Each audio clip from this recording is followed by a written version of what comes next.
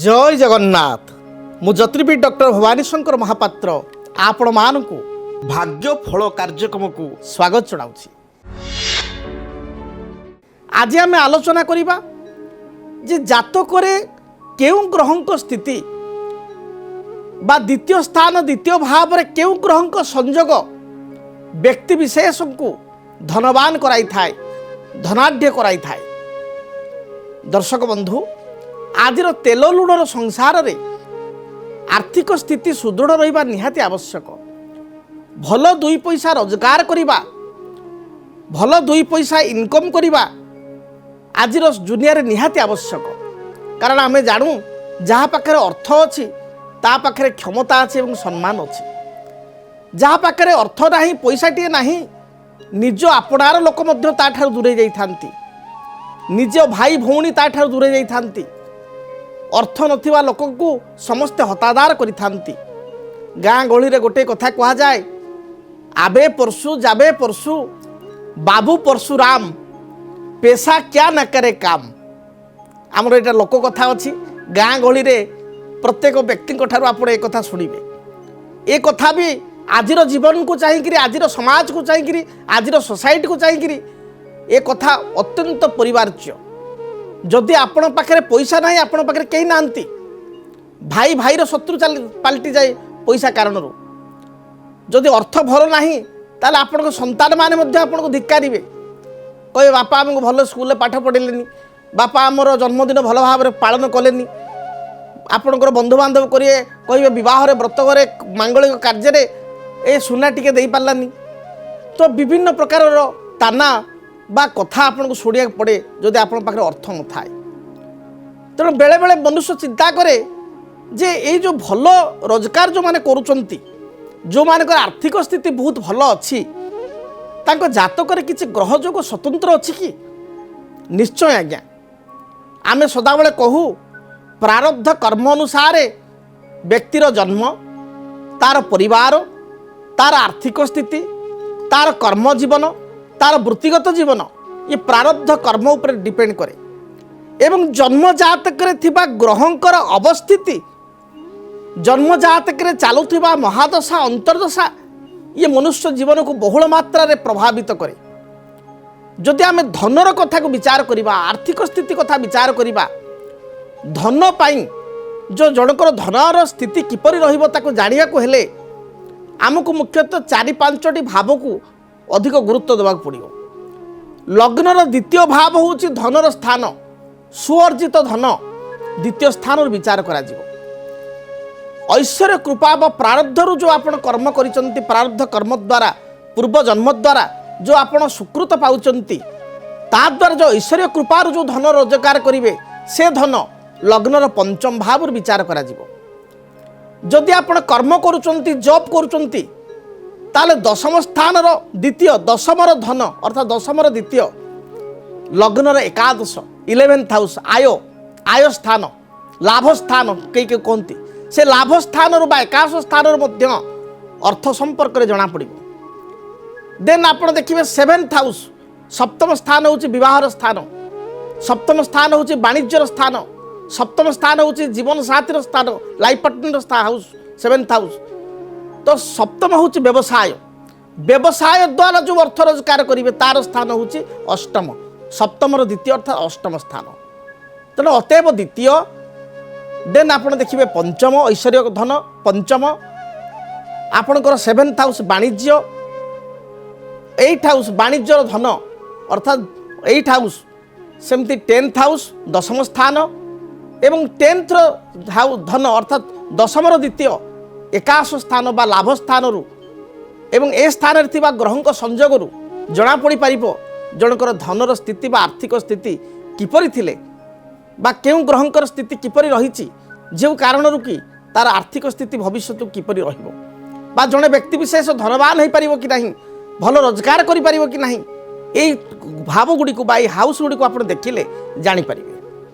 तापर होचंती धन कारक ग्रह किए ना बृहस्पति। तेना बृहस्पति केउ स्थान में बसिଛନ୍ତି, मित्र गृहस्थ अच्छा बा शत्रु गृहस्थ अच्छा।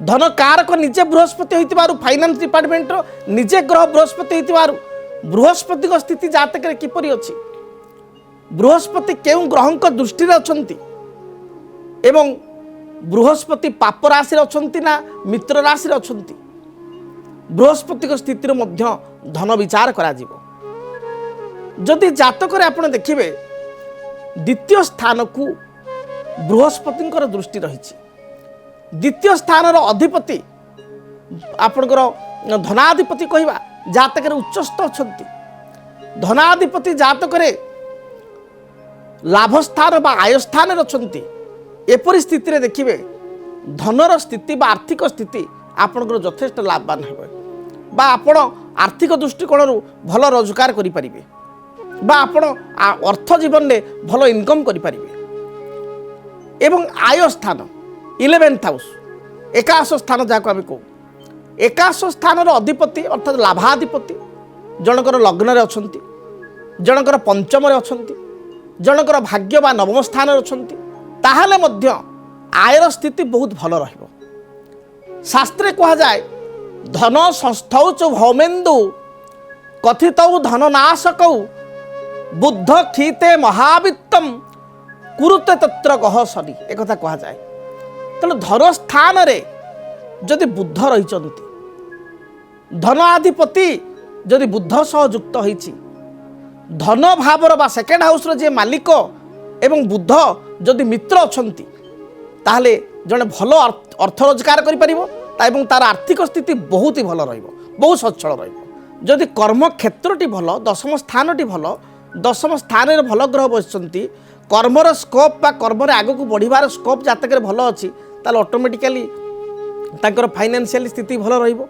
काना भल पोस्ट पाइले भल पावर पाइले भल पोजिशन पाइले सैलरी भी तो तद अनुसार मिलिबो से अनुपात रे मिलिबो तेणु जड़े जदि व्यवसाय करुचंती ताल तांको व्यवसाय रे स्कोप केते अछि व्यवसाय रे से केते आगक जाई परिबे व्यवसाय रे तांकर आर्थिक स्थिति किपरि रहिबो ता ऊपर डिपेंड करे जे भविष्यत आपनकर व्यवसायिक जीवन एवं भविष्यत रे आर्थिक स्थिति बा धनर स्थिति किपरि रहिबो किंतु जातक रे किछि जोग थाए जो जोग गुड़िक जातक जदि रही थाए जड़े जड़े भल अर्थ रोजगार करे जो कथा मुझे कहूली जे द्वितीय धरतु जनकर बुद्ध अछंती बा द्वितीय शनि अछंती ताको बुद्ध देखुची एपरि स्थिति रे जड़े आर्थिक दृष्टिकोण यथेष्ट लाभवान होता है बा तार जीवन में अर्थर अभाव रहे ना इनिशियल स्टेज रे जेतବେଳେ से पाठ पढ़ी सारे जॉब टी करे बा इनिशियली बिजनेस टी करे व्यवसाय करे प्रथमे हुए तो किसी बाधा आसी पारे किंतु अल्प दिन मध्य एभली जातक कर्ता बा एभली व्यक्ति विशेष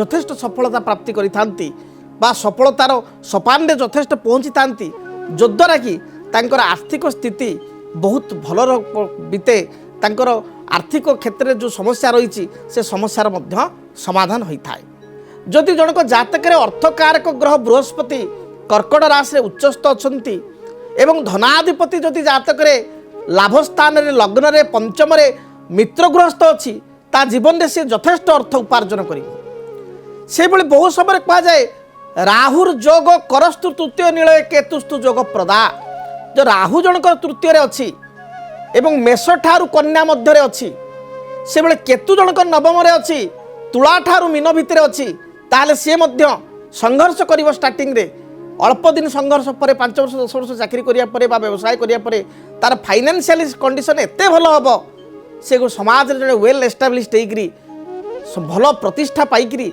से जीवन में आगू बढ़िबो अर्थर तार समस्या रहिबो नाही तेणु जदि आपण जीवन में कौन से आर्थिक समस्या रहता है आर्थिक समस्यार समाधान पर आप आग्रह करुथांती बा जेते रोजगार कले मध्य नंट पड़ुथाए ताले आपण जन्म जातक को समीक्षा करंतु जन्म जातक को एनालाइज करंतु जन्म जातक को जड़े ज्योतिर्विद निकट दे जातु देखिए किछिटा ग्रह हेतु को प्रतिकार करा जाई किछिटा ग्रह हेतु को आपणकर ग्रह रत्न किंबा ग्रहंकर वृक्ष पूजा करने द्वारा आपण आर्थिक स्थिति रे उन्नति आसीबो तेबे दर्शक बंधु समय इशारा देलानी कार्यक्रम को एठी रखिया पाई पड़िबो आपण को जीवन में जदि कौन समस्या थाए समस्यार आपण समाधान पाई आग्रही थांती ताहले स्क्रीन रे जो नंबर दिया जाउची से नंबर आपण जोगाजोग करंतु आपण टेलीफोनिक कंसल्ट बा टेलीफोनिक अपॉइंटमेंट नहीं पारिबे किंबा ए नंबर रे स्क्रीन रे जो नंबर दिया जाउची से नंबर अपॉइंटमेंट नहीं मो सहित साक्षात मध्य करि पारिबे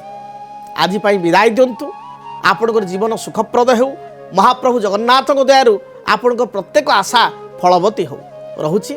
ଜୟ ଜଗନ୍ନାଥ। ଯଦି ଆପଣଙ୍କ ଜୀବନରେ ବ୍ୟକ୍ତିଗତ ପାରିବାରିକ ସମସ୍ୟା, କର୍ମକ୍ଷେତ୍ର ନିଯୁକ୍ତି, ବୈବାହିକ ସମସ୍ୟା, ବାସ୍ତୁଦୋଷ ଏବଂ ମାଲି ମକଦ୍ଦମା ଆଦି ସମସ୍ୟା ଥାଏ, ତାହେଲେ ସମସ୍ୟାର ସମାଧାନ ଓ ପରାମର୍ଶ ପାଇଁ ଆମକୁ ଯୋଗାଯୋଗ କରନ୍ତୁ। ଜ୍ୟୋତିର୍ବିଦ doctor Bhabani Shankar Mahapatra, Budheswari colony, plot number 26, Bhubaneswar. Phone number 9776833302 9439444924। ଆମର ୱେବସାଇଟ୍ www.srijagannathastro.com। କେମିତି କଟିବ 2026 ମସିହାରେ ଆପଣଙ୍କ ଭାଗ୍ୟ? କେଉଁ ରାଶିରେ ରହିବ ସମସ୍ୟା ଆଉ କିଏ ହେବେ ଲାଭବାନ? କେମିତି ରହିବ ମେଷଠାରୁ ମୀନରାଶି ପର୍ଯ୍ୟନ୍ତ ଭାଗ୍ୟଫଳ? ଜାଣିବା ପାଇଁ ଦେଖନ୍ତୁ ଆମ କାର୍ଯ୍ୟକ୍ରମ 2026 ଭାଗ୍ୟଫଳ।